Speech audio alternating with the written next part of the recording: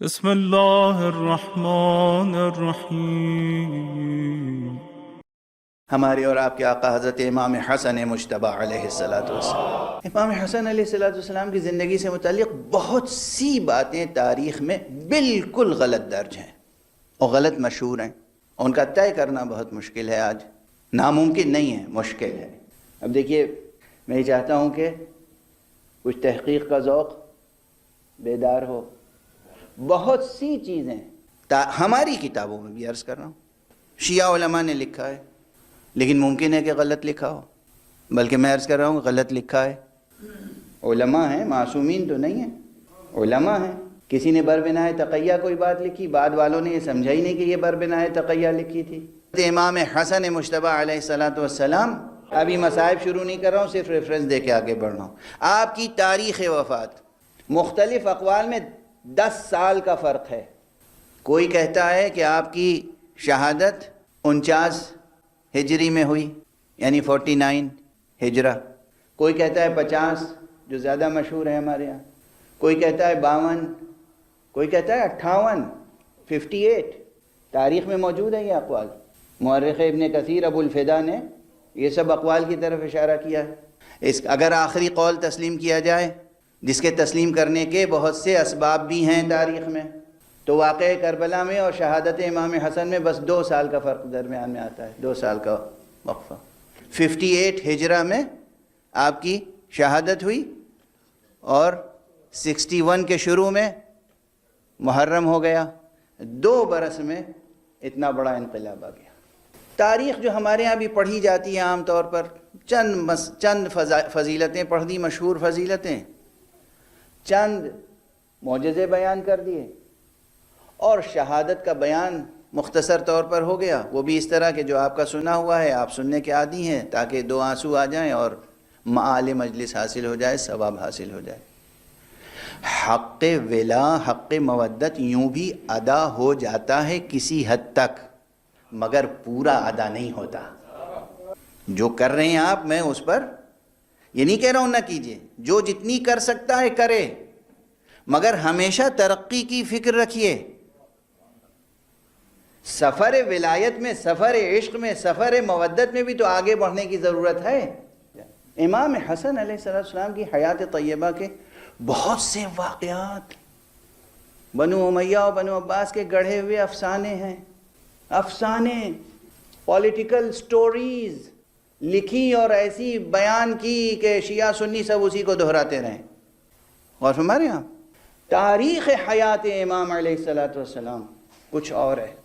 مثلا تیزی سے عرض کروں، پہلے تو یہ یاد رکھیے، امام امام ہوتا ہے۔ امام کے معنی ہے کہ ہر اعتبار سے اپنے وقت میں سب سے افضل ہوتا ہے، ہر اعتبار سے سب سے افضل ہوتا ہے، اور وہ ایسا افضل ہوتا ہے کہ کوئی کچھ بھی کر لے اسے مفضول کی شکل نہیں دی جا سکتی۔ غور فرما رہے ہیں آپ؟ غور فرما رہے ہیں کیا عرض کر رہا ہوں؟ سب سے بڑا شجاع کا مطلب کیا ہے؟ کہ کوئی دوسرا اس پہ غالب آ نہیں سکتا۔ سب سے بڑا عالم اس کے معنی کیا ہے؟ کہ کوئی دوسرا اس سے آگے علم کے میدان میں بڑھ نہیں سکتا۔ سب سے بڑا متقی اس کے معنی کیا ہے؟ کہ کوئی مقام عمل میں اس سے زیادہ آگے بڑھ نہیں سکتا۔ غور فرما رہے ہیں آپ؟ بڑھ نہیں سکتا۔ تو اگر امام معصوم حجت اللہ، انسان کامل اپنے وقت میں موجود ہے، تو چاہے وہ کرسی پر بیٹھا ہو یا نہ بیٹھا ہو، وہ تخت پر بیٹھا ہو یا نہ بیٹھا ہو، وہ مسجد میں موجود ہو، محراب میں یا نہ موجود ہو، اس سے بڑھ کر کوئی ہو نہیں سکتا۔ اور وہ ایک وجود ہے، اس کی ایک وجودی حقیقت ہے۔ تو ممکن کیسے ہے یہ سب جو واقعات ہیں؟ مجبوراً یہاں صلح کر لی، کچھ ایسے حالات ہو گئے، امام مجبور ہو گئے، مجبوراً صلح کرنی پڑی۔ مجبوراً کے کیا معنی ہوتے ہیں؟ مجبوراً کے کیا معنی ہوتے ہیں؟ یاد رکھیے گا، آج کے بعد سے ایک انقلاب آئے گا، شور ہنگامہ ہوگا، سوالات ہوں گے۔ اپنی ڈکشنریوں سے لفظ مجبوراً ڈیلیٹ کر دیجئے۔ ہمارا خدا مختار ہے، اس کا رسول رسول مختار ہے، ولی ولی مختار ہے، امام امام مختار ہے. یہاں کوئی کام مجبوراً نہیں ہوتا، سب اختیار سے ہوتا ہے. ڈیلیٹ کر دیجئے لفظ مجبوراً. ٹھیک ہے، طے ہوا، ایگریڈ. مجبوراً کیا، حالات ایسے ہو گئے تھے، امام مجبور ہو گئے، مجبوراً صلح کر لی.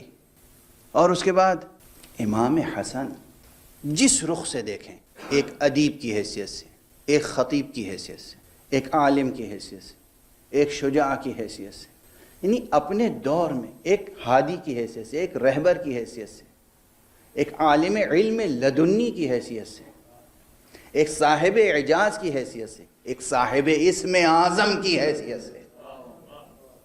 امام کے کیا معنی ہے؟ امام کے پاس اسم اعظم ہے یا نہیں؟ ایک صاحب اسم اعظم کی حیثیت سے، ایک قرآن ناطق کی حیثیت سے، ایک انسان کامل کی حیثیت سے، ایک حجت حق کی حیثیت سے. امام ہمارے نقطہ نظر سے، ہمارے مکتب میں امام معصوم یعنی حجت خدا. ہر حیثیت سے امام اس وقت اپنے عہد میں کائنات میں سب سے افضل تھے. کائنات میں بعد از خدا و محمد و علی و فاطمہ سب سے افضل ہستی کس کی تھی؟ امام حسن مجتبیٰ. کیا اس نقطہ نظر سے تاریخ میں لکھے ہوئے واقعات سچے لگتے ہیں؟ تو تاریخ کی کریکشن کی ضرورت ہے کہ نہیں؟ کریکشن کس کی روشنی میں ہوگی؟ قرآن کی روشنی میں. تو قرآن کی ان آیتوں کو صحیح سے آپ کو سباق کے ساتھ ترجمہ کرنے کی ضرورت ہے کہ نہیں؟ ایک جدید جو پولیٹیکل تھیوریز ہیں اور پولیٹیکل فلسفی ہے اور جو کچھ دنیا میں چل رہا ہے، اس میں 3 ٹرمینالوجیز آتی ہیں. بعض ایسے لیڈر اور رہبر ہوتے ہیں جن کے پاس سافٹ پاور ہوتا ہے. وہ سافٹ پاور کے ذریعے سے عوام کی تربیت کرتے ہیں. یاد رکھیے میں تربیت کا لفظ استعمال کر رہا ہوں اس لیے کہ ہمارے نزدیک صحیح معنی سیاست کے تربیت کرنے کے. سیاست یعنی تربیت کرنا، عوام کی تربیت کرنا، انسانوں کی تربیت کرنا. واضح ہے؟ صحیح تربیت کرنا. یہ دار دنیا چونکہ دار امتحان ہے، اس لیے اگر کسی کے لیے کبھی کسی نے خلافت چھوڑ دی تو امتحان لینے کے لیے، اور کسی سے لی تو امتحان لینے کے لیے، کسی سے جنگ کی تو امتحان کے لیے، کسی سے صلح کی تو امتحان کے لیے. دنیا دار امتحان ہے، اور یہ امتحان بڑھتا جاتا ہے جب آپ اسلام قبول کر لیتے ہیں اور ایمان قبول کر لیتے ہیں. خود قرآن مجید کی آیت ہے، سورہ مبارک ہے عنکبوت، الف لام میم، احسب الذین آمنوا ان یترکوا ان یقولوا آمنا وهم لا یفتنون. کیا ایمان لانے والوں نے یہ سمجھ لیا ہے کہ ان کو چھوڑ دیا جائے گا بس اتنا کہہ دینے پر کہ ہم ایمان لے آئے ہیں؟ نہیں، بلکہ ان کا امتحان لیا جائے گا.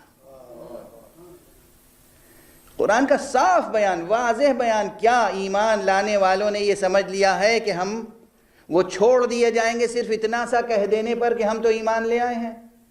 نہیں، آپ ایمان لائے ہیں، وہاں سے تو امتحان شروع ہوگا.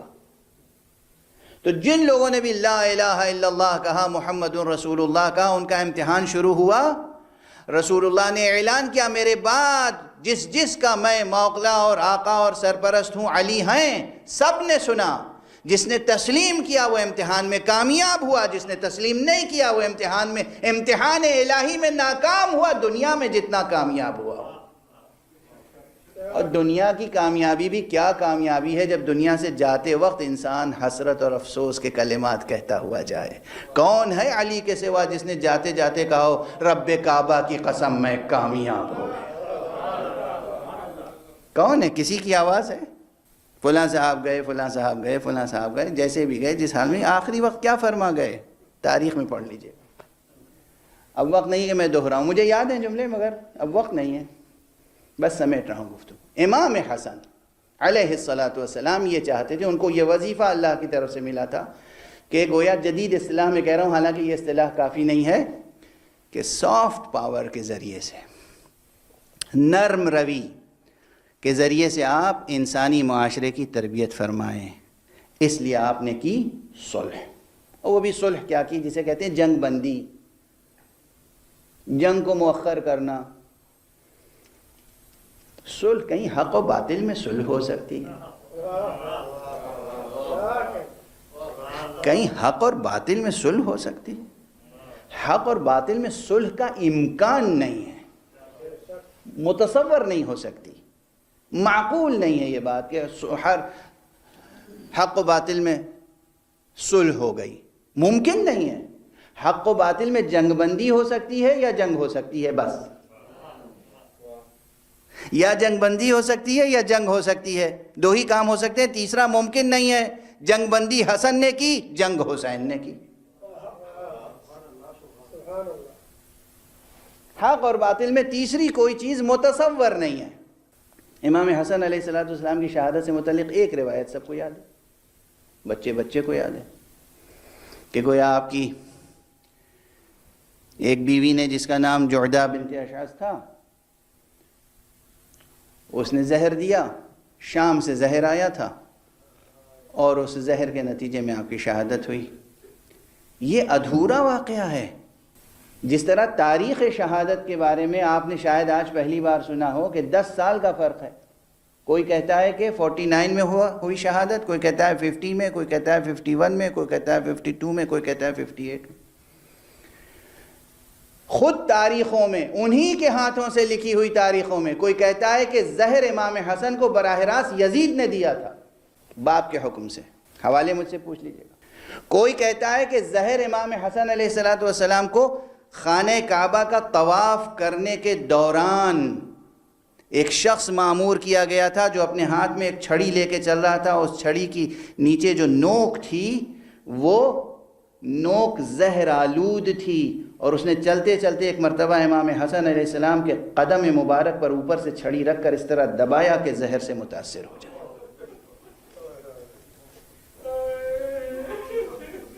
تیسری روایت سن جائیے، تیسری روایت انہی کی کتابوں میں کہ امام حسن علیہ السلام موصل تشریف لے گئے تھے، موصل میں ایک شخص آیا نابینا بن کر، سائل کی شکل میں، سوالی بھکاری کی شکل میں، اور اس سائل نے، اس کے ہاتھ میں بھی اسی طرح سے چھڑی تھی اور چھڑی کی نیچے کی نوک زہر آلود تھی۔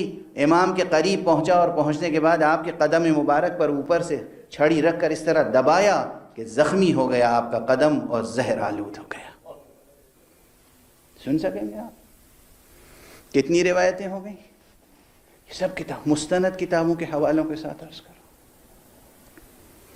چوتھی روایت، یہ مشہور روایت، اب آپ اندازہ فرمائیں، اب ایک مورخ نے وہ روایت لکھی، اس کے بعد کہہ دیا یہ ممکن نہیں ہے، دوسرے نے وہ روایت لکھی اور کہا یہ ممکن نہیں ہے یا خلاف مشہور ہے، تیسرے نے کوئی روایت لکھی۔ اب میں دست ادب جوڑ کے عرض کروں، امام حسین علیہ السلام کے تذکروں میں آپ سنتے ہیں کہ امام حسین مکہ چھوڑنے پہ کیوں مجبور ہوئے تھے حج سے صرف 1 دن پہلے؟ اس لیے کہ حاجیوں کے لباس میں قاتل بھیجے گئے تھے کہ اگر ممکن ہو تو طواف کے دوران بھی آقا کو شہید کر دیں۔ بیٹے کے ذہن میں یہ منصوبہ باپ کے کردار سے آیا تھا جس نے امام حسن کے لیے بھی طواف کے دوران بھی قاتل بھیجے تھے۔ اور اسی لیے یاد رکھیے کہ جب امام حسن علیہ السلام کے جسم مبارک پر زہر کا اثر اچھی طرح سے ہوا، اور وہ بھی تاریخوں میں ہے، بعض مستند تاریخوں میں، 1-2 دن کا قصہ نہیں ہے، 40 دن تک آپ کرب و الم سے مبتلا رہے۔ 40 دنوں تک آپ کے سامنے تشت رکھا جاتا تھا، اور جب آپ اس تشت میں تھوکتے تھے تو اس میں خون کے ٹکڑے نکلتے تھے۔ 1-2 دن نہیں، 1-2 وقت نہیں، 40 دنوں تک، یہاں تک کہ آپ کا جسم مبارک بالکل زرد ہو گیا۔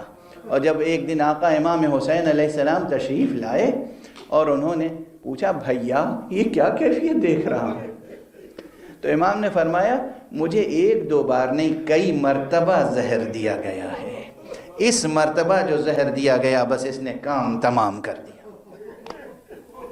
اور یہ تمام روایتیں ایک طرف، اور پھر یہ بیان کہ مجھے 1-2 بار نہیں، کئی مرتبہ زہر دیا گیا ہے، مگر اس مرتبہ جو زہر دیا گیا ہے اس نے میرا کام تمام کر دیا۔ بھیا امام حسن کی روح مبارک کو دیکھ کر، اس کلام کو سن کر امام نے فرمایا کون ہے مجھے بتائیں گے نہیں؟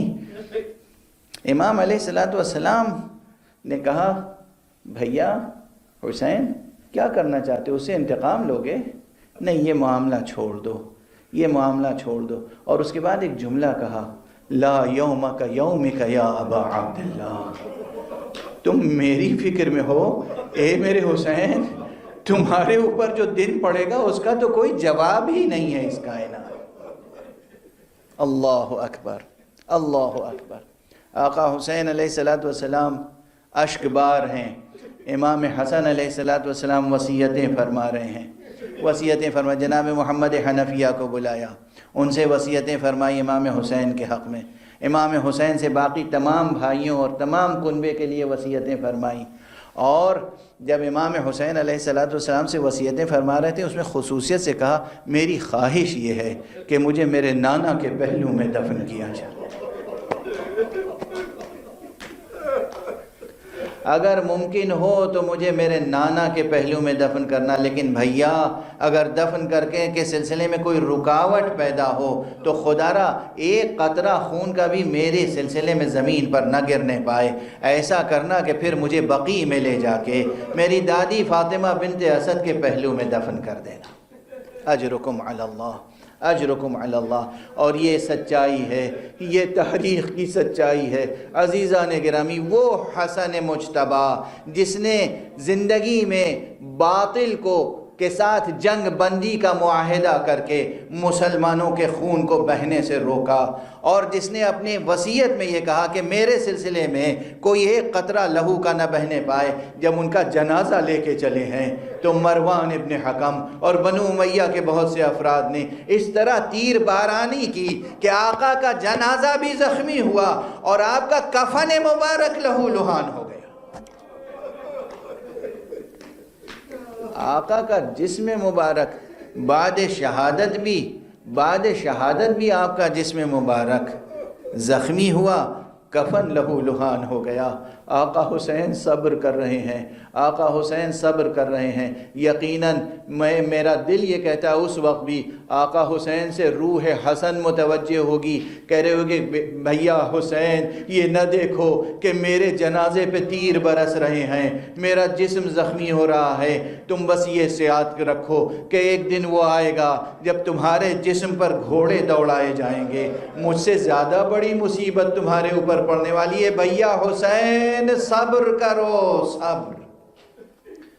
انا للہ و انا الیہ راجعون۔